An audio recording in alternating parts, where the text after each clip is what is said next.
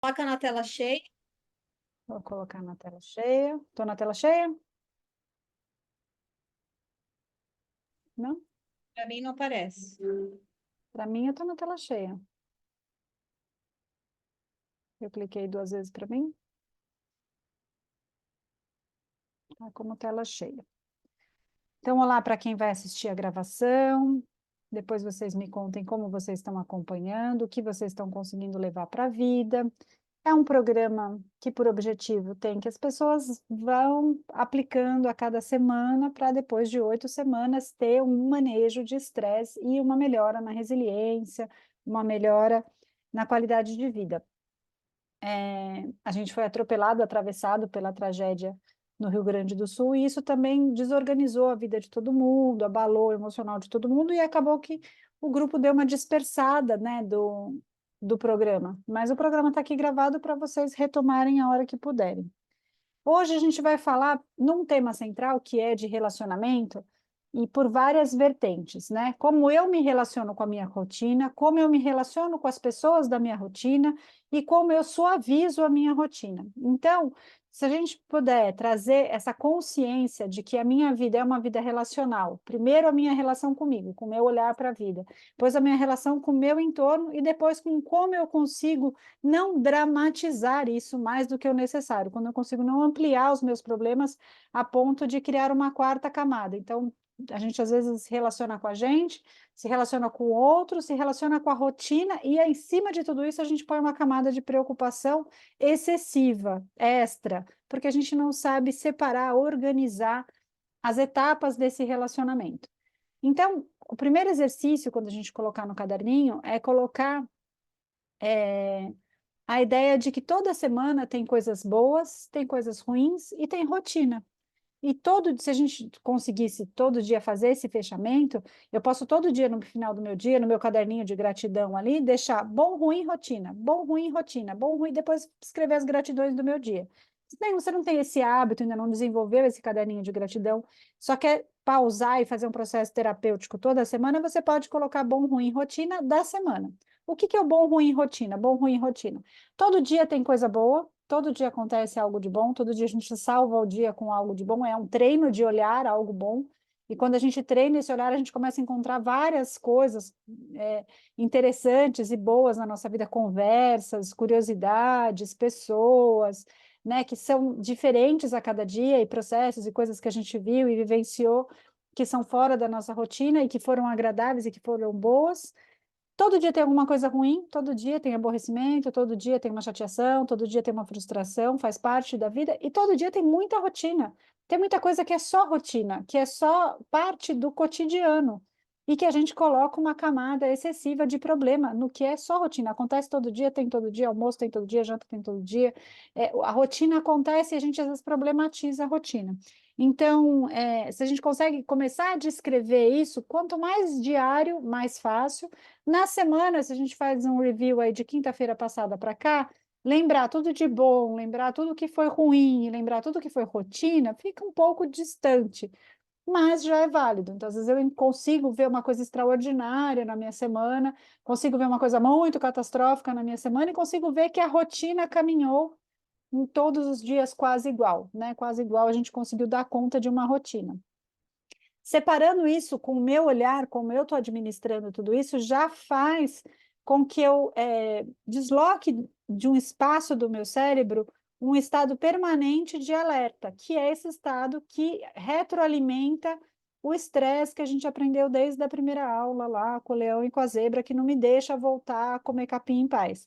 Então, quando eu sei que aquilo foi só rotina, que aquilo foi só um aborrecimento pontual, ou que aquilo foi bom, mas também foi só eventual, eu consigo diminuir esse espaço mental de estado de alerta, né? Eu consigo entender que eu administro a vida com coisas boas, com coisas ruins e vou tocando a minha rotina. Então, essa é uma das características. Um outro exercício que a gente vai fazer da aula hoje, que é bem importante, é eu descobrir todas as coisas que me estressam, tudo que me coloca em estado de alerta e preocupação, tudo que me coloca em ponto de pensar demais sobre aquele assunto. E não é sobre a gravidade, é sobre o quanto eu ocupo a minha mente com aquilo e a forma que eu ocupo a minha mente com aquilo. a gente chama de emoções negativas. Eu fico colocando camadas de emoções negativas em coisas que necessariamente não têm emoções negativas. Então, eu vou colocar tudo o que me estressa, né? Vou fazer uma chuva de pensamentos aqui de várias coisas que ocupam a minha mente num estado de alerta, que eu transformo em coisas negativas, mas que necessariamente não são coisas negativas. Então, eu posso pensar, filho adolescente é folgado e se eu não ficar no pé, não vai estudar. Então, é uma coisa que me estressa ficar o tempo todo pensando como é que eu vou fazer um filho adolescente estudar. Um chefe que pede 1000 coisas, daqui 2 dias ele pede outras coisas, daqui um dia ele pede outras coisas por desorganização dele e está toda hora me estressando, né? Uma pessoa da minha família que está doente, que eu tenho tô toda hora tendo informação. Os meus exames que eu preciso marcar. Então, várias coisas que para mim são constantemente preocupantes, e aí vocês podem descrever a lista do tamanho que vocês quiserem. O que a gente coloca? Primeiro, o agente que me causa estresse. Isso me causa estresse e não precisa ter medo. Tipo, ter uma horta, que devia ser um prazer, me causa estresse, porque 2 dias que eu não rego, aquelas plantinhas, elas murcham, eu tenho que botar a horta de novo. Ter um cachorro me estressa, porque eu tenho que limpar, porque eu tenho que comprar ração. Então, assim, tem várias coisas que parecem tranquilas, mas que me geram pontualmente estresse, porque me geram um estado de alerta constante. Eu tenho que verificar o que tem de positivo, o que eu estou transformando em emoções negativas pela minha forma de pensamento, não porque aquilo é negativo. Ter uma horta não é negativo, ter um gato, um cachorro não é negativo. A minha mente é que às vezes está tão treinada em transformar tudo em estresse negativo que vai transformando tudo em estresse negativo. Eu tenho que lavar o carro para lavar, tenho que marcar exame médico, tudo que é rotina, a minha mente interpreta como mais um fator estressante, preocupante e mais um gatilho de estresse para a minha vida. Então, aí começa o nosso exercício. Eu detectei o problema. Filho, adolescente, dá trabalho para estudar. Tá, esse é o meu gatilho de estresse. Tem solução? Qual o tamanho da solução que está sobre o meu controle? Eu consigo planejar? Eu vou tirar o celular um horário, eu vou impor um horário para aula, eu vou exigir nota. Não sei que solução você vai dar para lidar com isso. Você vai ter uma conversa e vai fazer efeito e consequência sobre o comportamento. Como você vai lidar com esse problema? E a partir do momento que tem solução, planeja essa solução e entra em ação. Porque às vezes a gente está no estresse, na queixa, mas na inação, só reclamando que tem aquilo ali, que tem um adolescente que não gosta de estudar. Mas eu não estou fazendo nada diferente para que isso mude. Só tem um adolescente que não gosta de estudar. Isso me estressa, eu tenho um adolescente que não gosta. Mas assim, tem uma solução? Você está fazendo coisas para ter solução para esse problema? Então, tome consciência do que te estressa e o que está no seu alcance para conseguir dar uma solução. Não tenho solução. Tipo, não tenho solução. Meu irmão é uma pessoa que se endivida. Não tenho solução. É uma questão com ele, me preocupa. Ele já perdeu casa, já perdeu carro, vive endividado. Suposições. É uma coisa que me preocupa. Não tenho solução. Já tentei ajudar. Se eu ajudar, eu vou pro buraco junto. Como é que eu faço com essa situação? Mas me estressa. Mas eu não tenho uma solução. Então, eu vou trabalhar o quê? Aceitação. Coisa que a gente também não costuma fazer. Não tem solução, solucionado está. Aceitação. Consigo, de vez em quando, ter uma conversa, consigo dar minha opinião, consigo alinhar os meus pensamentos, consigo oferecer suporte sem precisar oferecer dinheiro, até certo ponto, mas não cabe a minha solução, não está nas minhas mãos a solução. Então, eu não posso ficar com esse gatilho retroalimentando o meu estresse todos os dias, se a solução não está ao meu alcance. Isso vai me adoecer e talvez ele não adoeça. Porque talvez esse seja o modo operante da vida dele. Ele vai passar a vida se divertindo e endividado, e não vai ter um estresse com isso. Ele só maneja desse jeito. E para mim isso vai ser um estresse. Então, eu tenho que trabalhar a aceitação dos comportamentos de outras pessoas que eu não tenho como solucionar, que eu não tenho como mudar dentro do meu sistema de crenças e valores e da forma que eu vou operacionalizar a minha vida. Então, eu tenho duas saídas. Tem várias saídas, né? Mas encontrar as coisas que me estressam periodicamente. Eu estou estressada por quê? Eu estou cansada por quê? Minha mente está sendo ocupada por quê? E aí, tem solução para isso? Qual a solução? Quais as etapas dessa solução? Né? Como é que eu posso resolver esse problema? Coloco a solução em ação. Não tenho solução? Como eu vou trabalhar a aceitação? E ponho a aceitação em ação. Cris, como é que aceita uma condição dessa? Como é que aceita uma situação dessa? Como é que aceita? A aceitação é um exercício como o da gratidão. A gente tem que periodicamente se avaliar. Nós erramos, muitas pessoas já aceitaram os nossos erros e as nossas falhas. A gente já precisou da aceitação e do perdão e da compreensão do nosso modo de viver de outras pessoas, e a gente tem que aceitar as pessoas operacionando a vida delas como elas estão. A nossa contrariedade interna, se não cabe a nós mudar, só vai gerar estresse e adoecimento para a gente. Então, vamos lá, deixa eu ver se eu falei tudo que eu anotei. E dentro dessas perguntas, quando a gente pergunta o que me estressa, eu tenho que fazer a pergunta por que isso me estressa, né? Então, é uma das etapas da gente entender o processo de solução, é perguntar por que isso me estressa, por que isso está me estressando? Porque às vezes tem um outro gatilho, né? Por que que isso está me estressando? Porque meu filho adolescente não estudar, quando eu era adolescente, eu tinha que estudar e também não gostava, eu era obrigada, eu apanhava, eu ficava sem isso, sem aquilo. Então, por que que isso me estressa? Eu tenho consciência de que isso me estressa porque eu já crio na minha mente um prejuízo e já começo a hipotetizar catástrofes maiores do que elas são. Então, assim, muito do problema não é no fato e no cotidiano, é o quanto que eu coloco no meu cotidiano de hipóteses de tragédias que vão acontecer a partir daquilo que eu problematizei.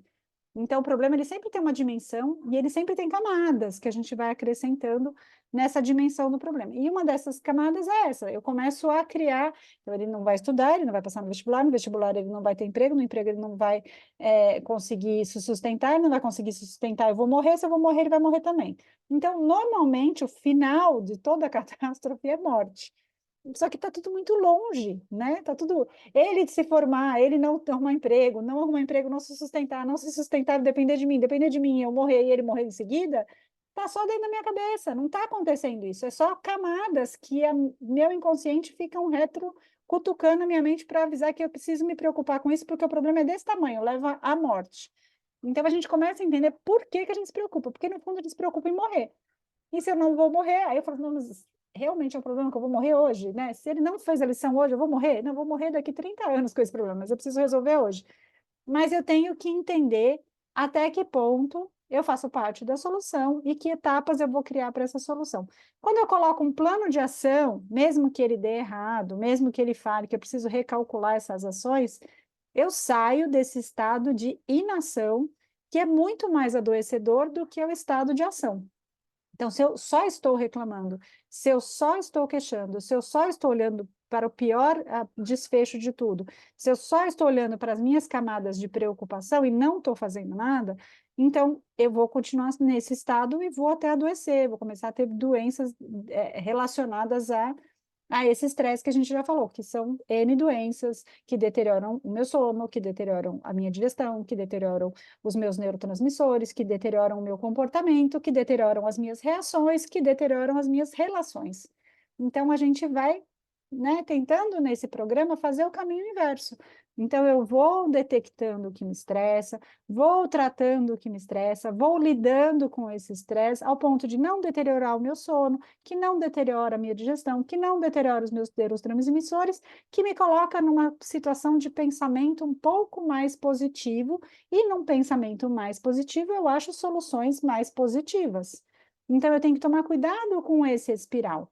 Se eu fico num estado de preocupação permanente, bombardeando o meu cérebro de estresse e de cortisol, isso atrapalha o meu sono, atrapalhando o meu sono, atrapalha os meus neurotransmitores, que atrapalham o funcionamento do meu cérebro, que levam a uma toxicidade, que levam a uma inflamação, que levam a uma falta de energia, que levam a um mau humor, e que levam a irritação, e que levam a falta de ação, eu estou só numa roda que está me levando para a desgraça. Então, se eu cuido disso com o meu olhar, se eu cuido disso no meu sono, se eu cuido disso na minha alimentação, se eu cuido disso no meu comportamento, se eu cuido disso nos meus neurotransmissores, se eu faço a roda ao contrário, eu termino num lugar positivo, onde eu olho para o problema e tenho certeza que eu sou capaz de solucionar. Um filho que não estuda, quer problema mais fácil de resolver do que esse? Então, não é um problema de um filho que está com uma doença rara, que não tem remédio, que o convênio bloqueou, não é esse nível de estresse. Só que eu estou vivenciando um problema pequeno do tamanho de um problema gigante. Então, eu estou perdendo a medida. Um filho que tem um problema grave de saúde, que depende de uma remédio que custa 6 milhões e que não tem no Brasil. Isso é um problema para gerar um estresse e um movimento de ação para solucionar muito emergencial e muito estressante. Não vou passar a mão e falar assim, trabalho aceitação. Não tem como.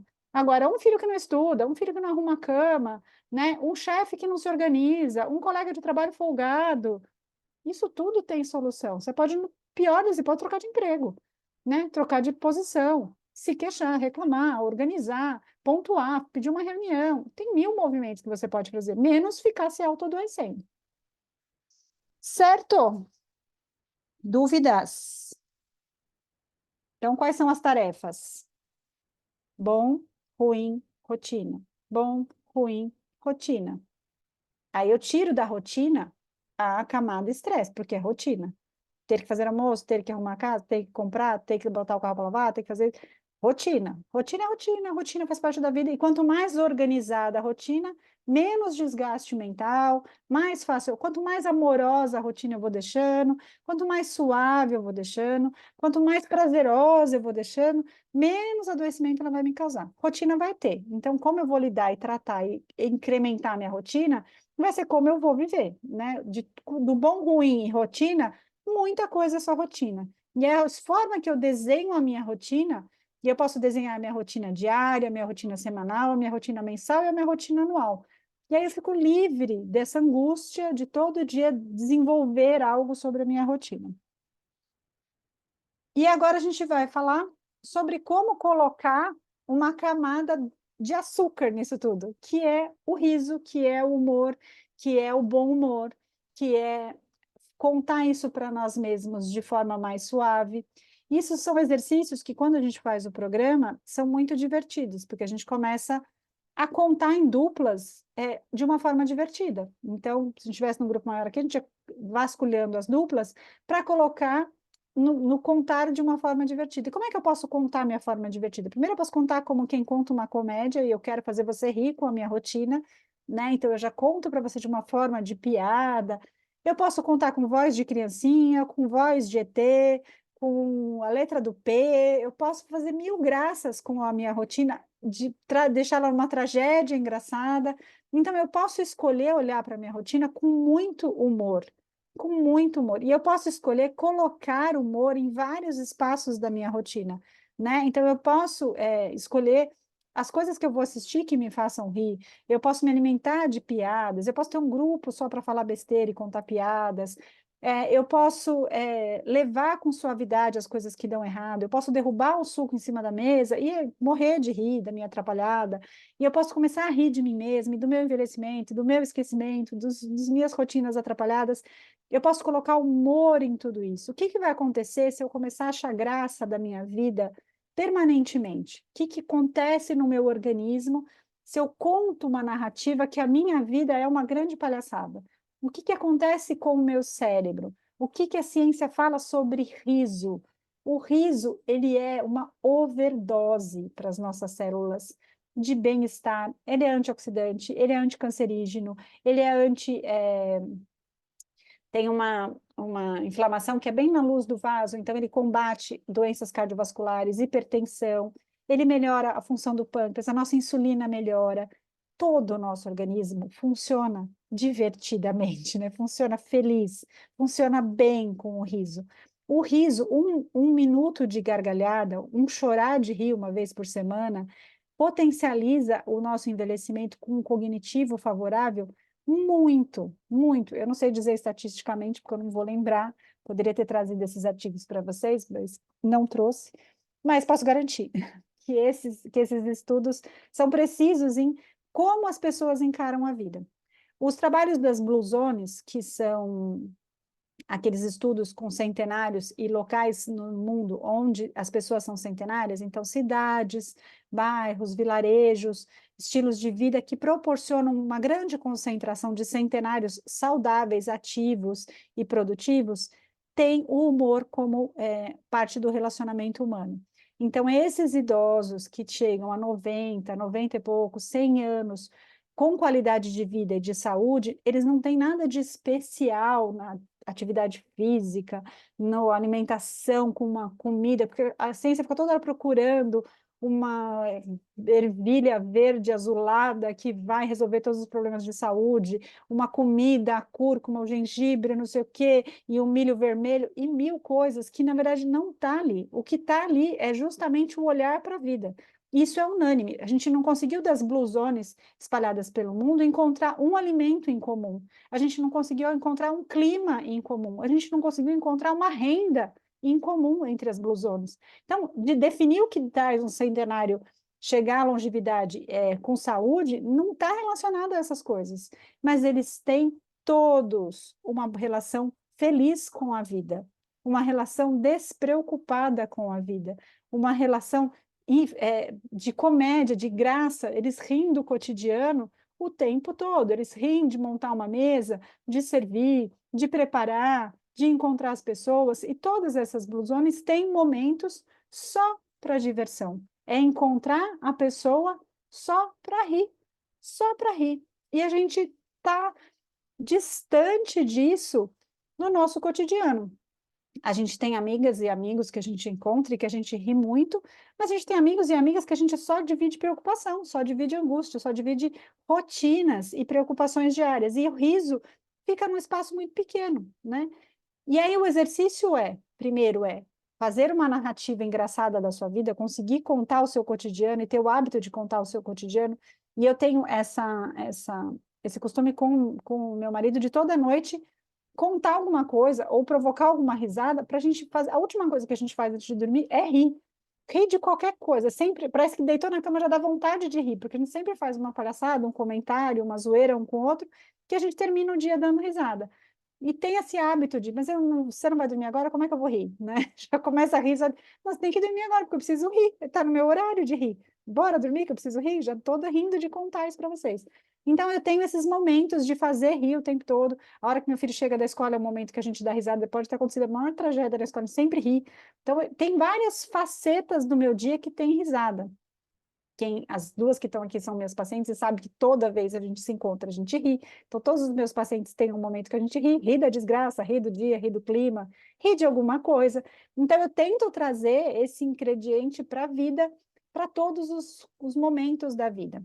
E aí a gente, querendo ou não querendo, o que se conclui dos estudos das Blue Zones, o que conclui dos estudos de felicidade, é que o ser humano é um ser relacional.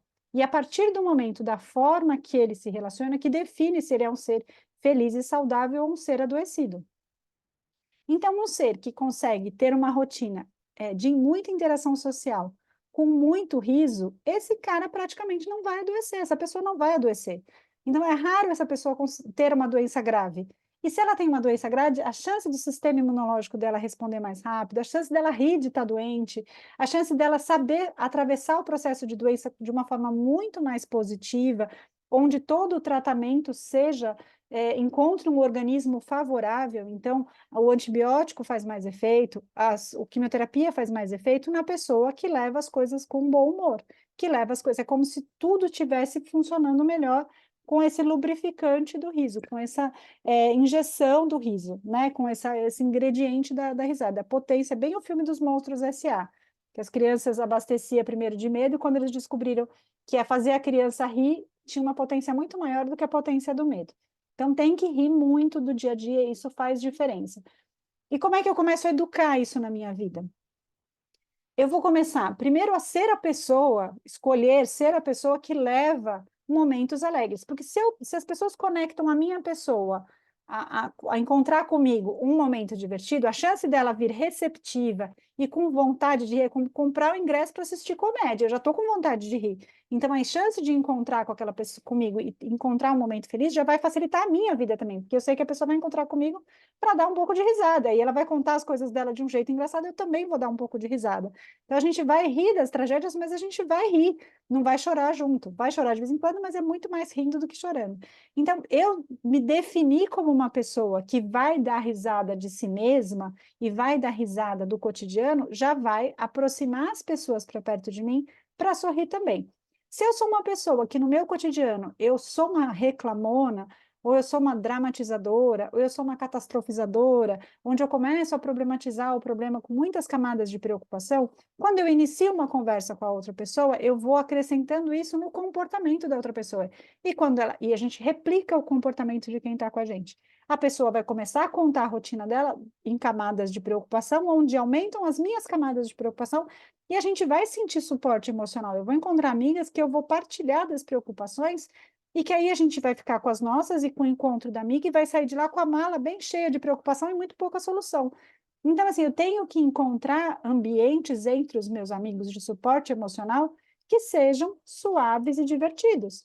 Então, primeiro eu me coloco nessa pessoa que vou levar o riso para o problema do meu amigo, assim ele traz o riso para o meu problema quando eu contar. Então, ele consegue rir do meu problema, eu consigo rir do problema dele. Abre-se um canal de rir do problema um do outro. Então, a gente consegue elaborar isso de um outro lugar. Então, escolha ser essa pessoa que tem espaço na vida das amizades e do convívio, onde você faça o outro estar receptivo ao riso, estar receptivo à diversão, à risada.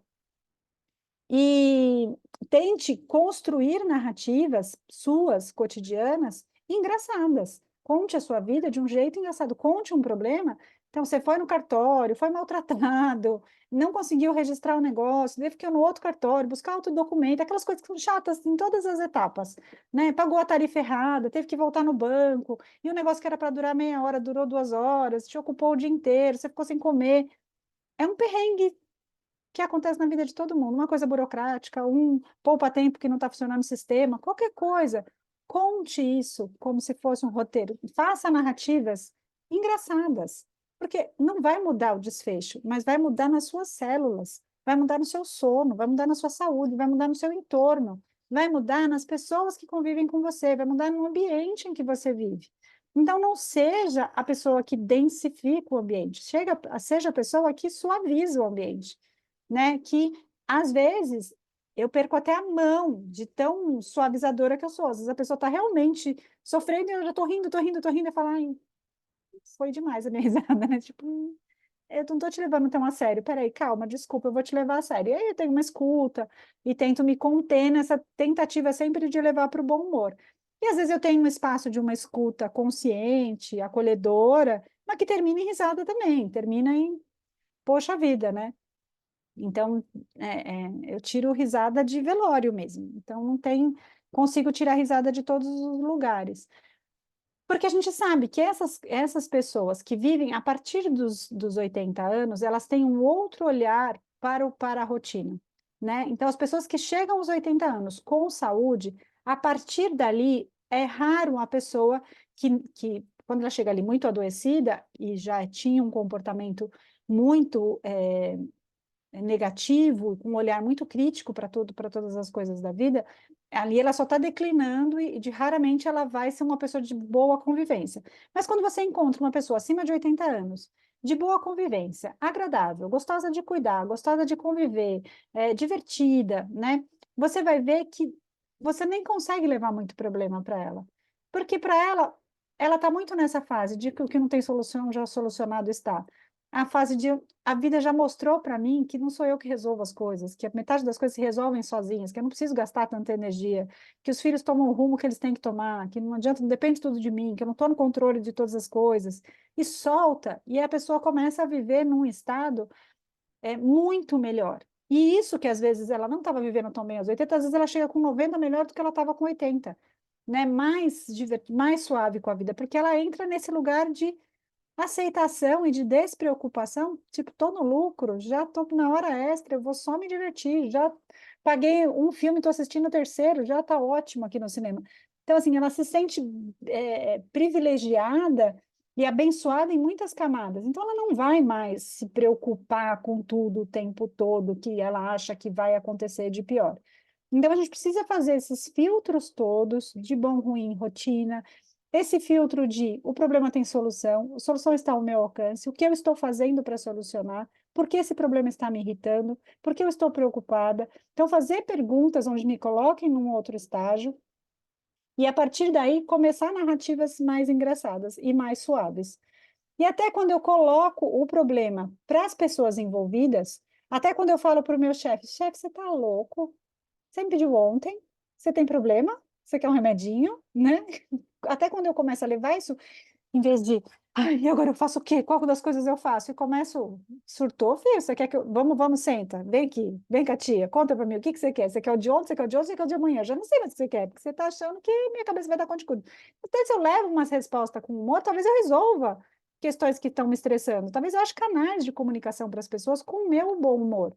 Então, às vezes, esse estado de preocupação com muitas camadas me impedem de abrir caminhos de comunicações suaves e de soluções suaves, né? Estava comentando com a Lilian, divido o carro com a minha filha.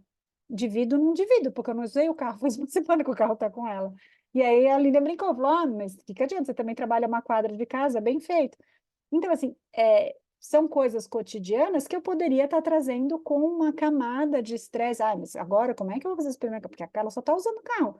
E como é que eu vou comprar não sei o quê? E como é que eu vou fazer tal coisa? Quer dizer, coisas que eu já estou achando soluções no meu dia a dia sem o carro, ou que um dia eu posso falar para ela, o dia que você estiver de home, eu resolvo isso e vou com o carro. São rotinas, são ajustes o tempo todo da dinâmica de uma casa, da dinâmica de uma sociedade, da dinâmica de um grupo, da dinâmica de uma família, que não são engessados, eles estão o tempo todo em mudança. Eles vão crescendo, eles vão mudando de emprego, eles vão mudando de casa, eles vão mudando de rotina, eles vão mudando de hábitos, eles vão mudando de etapas, sai para a escola, vai para a educação infantil, vai para o colégio. Meus pacientes são muito graves, depois ficam menos graves, depois ficam mais graves. Então, são mudanças que estão em constante acontecimento. E eu tenho que suavizar isso e não determinar que a minha vida é assim, então eu não posso mudar nenhuma estrutura, que aí eu já coloco uma camada de preocupação e problema. Então, entender que a vida tem movimentos e que toda hora eu paro, pergunto, né? Bom, ruim, rotina, tenho responsabilidade com isso? Por que que isso me estressou? Se isso me estressou, qual é a solução? Tem solução? Não tem solução? Aceitação. E roda de novo. Então, a gente não sai desse ciclo desde que a gente tome consciência. E na semana que eu chego mais esgotada, foi o que eu comentei hoje, muita gente esgotada hoje, esgotada, Cris, eu tô esgotada, eu tô de saco cheio, eu tô sem vontade de trabalhar, eu tô sem vontade de sair, eu tô sem vontade de fazer as coisas. Por quê? Porque a gente teve um evento, porque a gente se desgastou, porque a gente pensou muito sobre isso atravessou a nossa rotina, atravessou o telejornal, atravessou a nossa rede social, atravessou a nossa vida, não foi com a gente diretamente, mas é um bombardeio de informações, é um bombardeio de coisas fora da nossa rotina. Então, eu posso começar a entrar no grau de sofrimento muito grande e começar a colocar o problema que está lá no Rio Grande do Sul, no meu café da manhã, no meu almoço, na minha janta, ou eu posso colocar o problema, está lá no Rio Grande do Sul, tem solução? Tem, depende só de mim? Não. O que que depende de mim? Fazer isso, isso, isso, isso. Pronto. Então, quais são as ações a médio, a curto, longo prazo? Resolvi, não vou ficar aqui o dia inteiro sofrendo e esperando o próximo telejornal para ter mais uma camada de sofrimento e de preocupação, porque isso vai me tirar desse lugar suave da forma que eu levo a minha vida. E talvez tenham pessoas que estão lá dentro do abrigo, rindo, cantando, fazendo comida, fazendo piada e tentando levar aquela situação com leveza. Uma imagem que eu tenho muito clara, assim, de vídeos que a gente, quando teve o terremoto no Haiti, teve um grupo do Einstein, no hospital que eu trabalhava, que foi para lá e ficou bastante tempo. Foram 3 equipes que se revezaram para ir para lá. E eles chegaram com todo esse estágio de preocupação, e o haitiano é um povo muito feliz. E é um povo muito divertido, e é um povo muito alegre, é um povo que canta muito. Então, eles estavam todos feridos, e foram feitas, os leitos eram barraquinhas de uma pessoa só. Essas barraquinhas que a gente vê no centro da cidade, que hoje o pessoal em situação de rua tem algumas dessas barraquinhas, parecem uns igluzinhos. Então, cada hospital de campanha montado tinha 60 leitos dessas barraquinhas. E aí tinha toda uma rotina de manhã de preparar comida para esses 60 leitos, para os médicos, para os enfermeiros, separar o material do curativo, a medicação de todos esses 60 leitos. E é lógico que estava distante do que se estava acostumado a fazer no Einstein, onde o antibiótico sai no horário, o curativo sai no horário, o banho sai no horário, tudo tem uma... Porque era uma equipe só. Você começou o curativo no primeiro leito, você vai parar nos 60 no fim do dia. E aí, o que que eles perceberam? Que eles começaram a entrar numa noia de como que ia fazer isso ser mais ágil, como ia fazer isso ser mais rápido, como é que ia fazer uma linha de produção para ir aplicando a medicação, o outro preparando a medicação, como é que eles iam criar processos para que aquilo se resolvesse. Por fim, o que que eles perceberam? Para a população que estava ali sendo atendida, aquilo não foi estresse em nenhum momento. Quando eles entravam num leito, O haitiano estava cantando, o haitiano estava com um sorriso daqui a aqui, estava fazendo piada, estava rindo. Os pacientes que começaram a melhorar e sair das barracas começaram a ajudar, começaram a cuidar uns dos outros, começaram a preparar comida, começaram. Então, quando era um ferimento aqui, outro ali, era só na perna e já estava podendo andar e já estava melhor, né? Já estava, não era cirúrgico, não precisava ficar imobilizado, já foram ajudando. Eu sei que depois de um mês já tinha até time de futebol para jogar no fim da tarde, partindo dos haitianos. Eles que estavam vivendo o drama, estavam vivendo desta forma, se divertindo na medida do possível. E foi um grande ensinamento para quem voltou. A gente tinha um ambiente de trabalho muito tenso no Einstein, por ser um hospital de elite e tudo mais, onde ninguém pode errar, e tudo tem que sair perfeito, perfeito, perfeito. A equipe que voltou, voltou numa nuvem de contentamento com a vida, de gratidão e de alegria e de felicidade do povo haitiano, que dava para andar assobiando. Eles não voltaram com trauma de guerra, eles não voltaram com trauma de catástrofe, eles voltaram muito melhor do que quem estava aqui na rotina. Isso foi um grande aprendizado nas reflexões que a gente fez. Então, a gente achou que quem ia voltar precisaria de suporte emocional, quem ia chegar de lá ia precisar de fazer grupos terapêuticos, porque eles iam ter vivido um trauma. Não, não viveram um trauma, eles viveram um momento divino na vida deles. Se divertiram, fizeram amizade, aprenderam a trabalhar com o que tinham de uma forma suave, rindo e cantando o dia inteiro. E quando deu, começar a jogar bola no fim do dia. Então, assim, é um outro patamar de olhar para a vida, né? Então, é lógico que eu não estou falando para o povo do Rio Grande do Sul ficar assobiando e cantando no sofrimento que eles estão.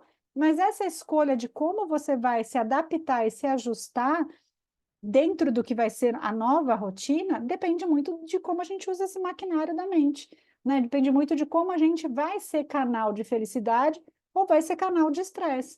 A pessoa que me atravessa o dia, ela sai de perto de mim rindo e tentando levar a vida mais suave, ou ela sai de perto de mim mais estressada, com mais uma camada, com mais um estágio de preocupação e de catastrofização. Ela encontra comigo e ela me conta uma coisa e eu consigo montar para ela um cenário ainda pior.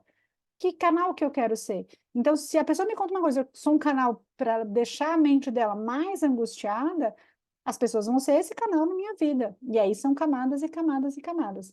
Então, é esse movimento que eu quero que vocês exercitem essa semana. Bom, ruim, rotina. Qual é o meu problema? Por que ele está me estressando? Qual a solução? Se tem solução, o que eu estou fazendo para ter essa solução? E aceitação e riso. Muito riso, muita comédia. E aí, não estou achando riso? Faz um balde de pipoca, põe uma comédia na televisão, a comédia não está boa, coloca outra comédia, se abastece um pouco de riso, se abastece um pouco de palhaçada. E a gente tem um preconceito muito grande a besterol, a piada tosca, a grupo de bobeira. E assim, sustenta a minha vida. Eu tenho grupos de pais, de alunos, de quando o Matheus era pequenininho, que a gente só mantém o grupo para contar piada. A gente não sabe nada da vida um do outro, não sabe nem como é que os filhos estão, onde estão, se estão indo bem no colégio, no ensino médio ou não. Eles estudaram no pré junto, até o quarto ano, até o Fundamental 1. Sabe mais nada, você nem pergunta, ninguém nem pergunta no grupo como é que estão os filhos. Nem pergunta como é um grupo só para fazer besteira, só para deixar o dia leve. E quando a gente passa uns 2 semanas sem postar nada, o pessoal do grupo posta, eu tô em depressão, gente, pelo amor de Deus, começa a movimentar esse grupo aqui, mandar besteira, mandar risada. E não é baixaria, não tem pornografia, é um grupo super certinho, todo na ética, mas manda bobeiras muito bobinhas, piadinha de quinta série B, né? Piadinhas do cascão, né? E isso nos abastece de suavidade. E a gente tende a achar que uma mente muito intelectual e muito responsável tem uma fachada de tensão constante, e que isso se tem alguma conexão com competência. E se tem uma coisa que a vida ensinou para quem tem mais de 80 anos, que isso não tem nada de competência, isso só tem de adoecimento.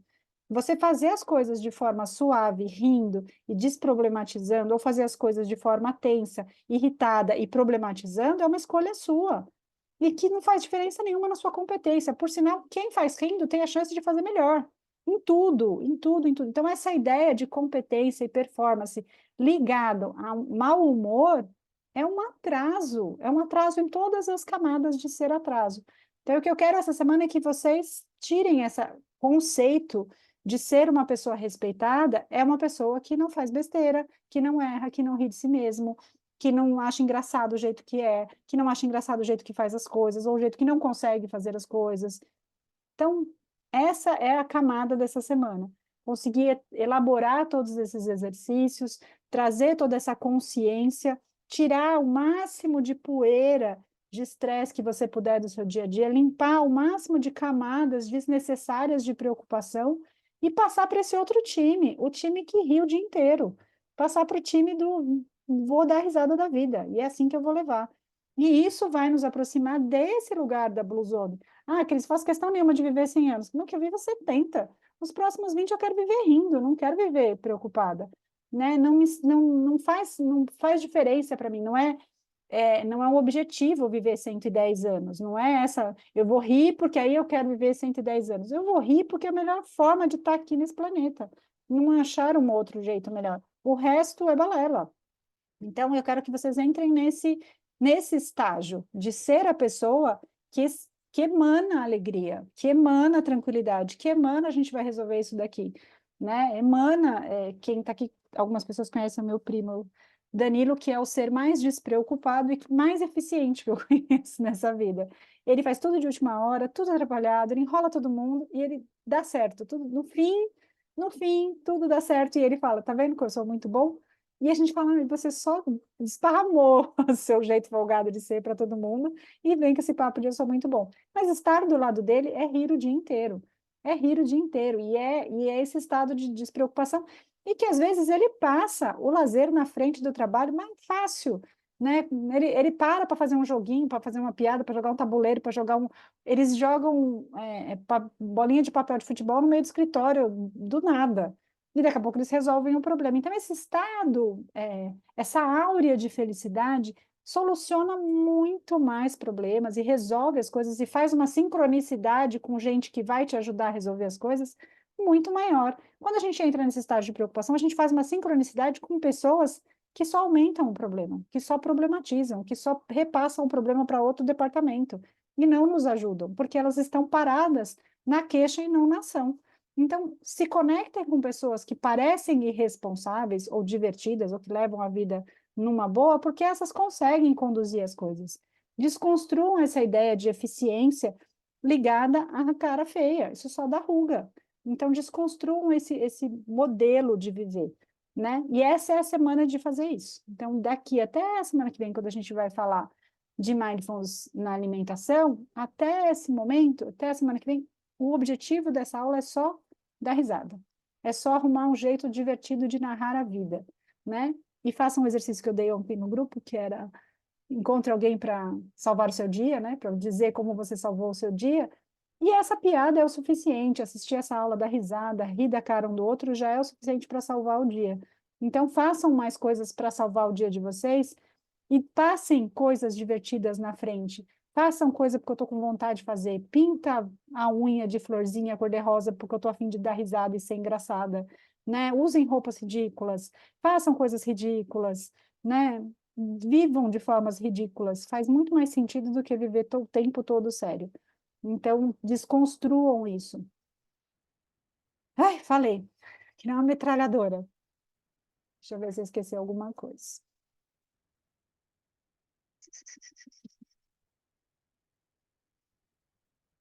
Não. Então, vamos para o nosso minutinho de relaxamento. Arrumem uma postura, encostem na cadeira, deitem na cama.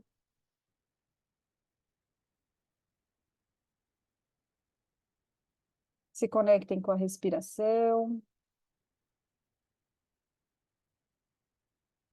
Encontrem no seu corpo os registros de tensão e apaguem com um apagador mágico esses registros de tensão.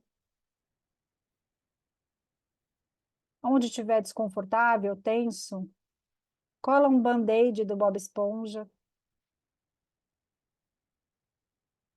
Passa um creme da Fada Azul. Se estiver doendo o seu joelho, cospe na sua mão e passa no joelho que sara.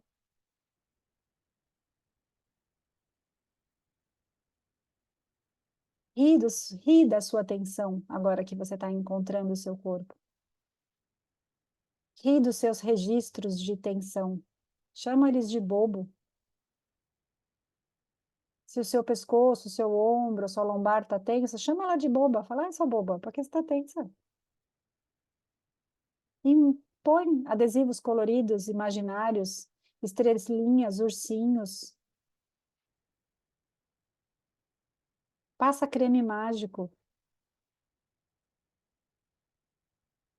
Se lambreca de creme mágico depois do banho. Traz fantasia, diversão para sua rotina. Toma chá da fada azul, café de caramelo, arroz de faz de conta.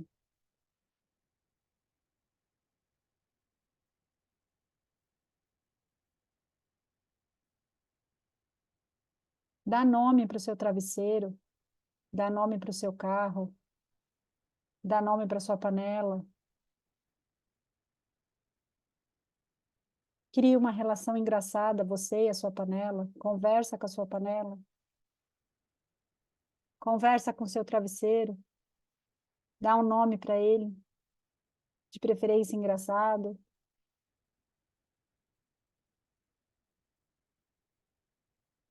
Registra o cheiro do seu sabonete. Imagina que ele foi fabricado numa fábrica de fadas.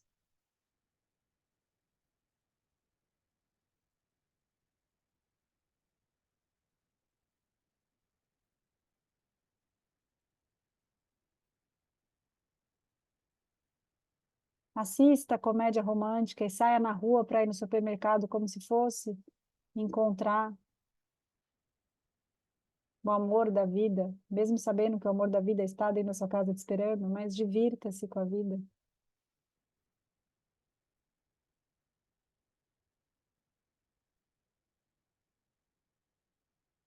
Compre roupas mais divertidas, brincos mais divertidos, sapatos mais divertidos, bolsas mais divertidas, óculos mais divertido, toalha de mesa mais divertida.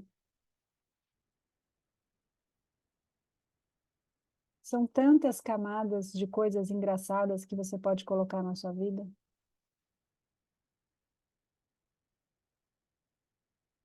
Tudo que você puder escolher daqui para frente, entre uma coisa sem graça e uma coisa engraçada, compre a coisa engraçada. Ache graça do açucareiro, do potinho, da embalagem. Vá em restaurantes divertidos e não sérios e chatos. Assista filmes divertidos.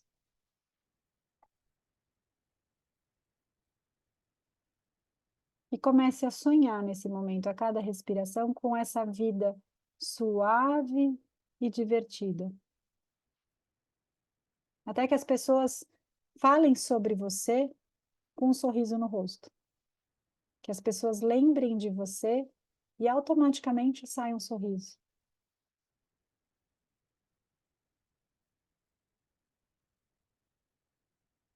E se conecte com as pessoas que, quando vêm à sua mente, trazem sorriso ao seu rosto.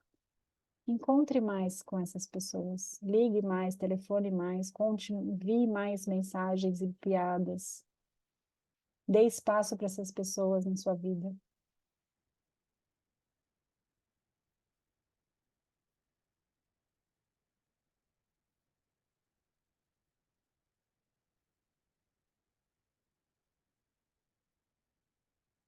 Se a sua criança interior está muito empoeirada aí dentro de você, sacode, coloca uma música.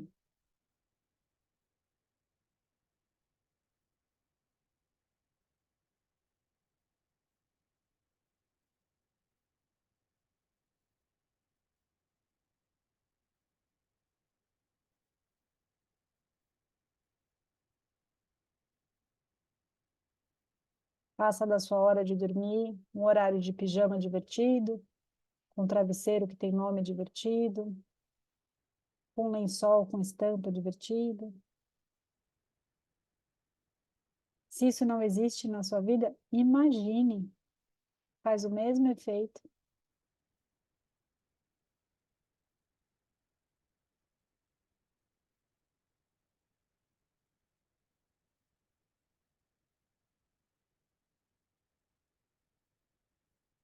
E agora sinta o seu corpo muito mais relaxado, o seu rosto com um sorriso suave, quase brotando uma risada.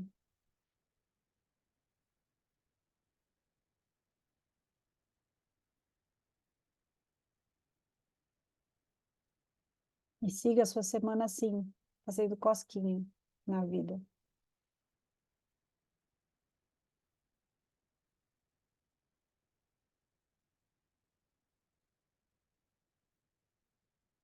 E vou passar os exercícios no grupo por escrito. Espero que quem assiste a aula gravada aproveite. Se precisar, também pode recorrer a mim, perguntar, comentar.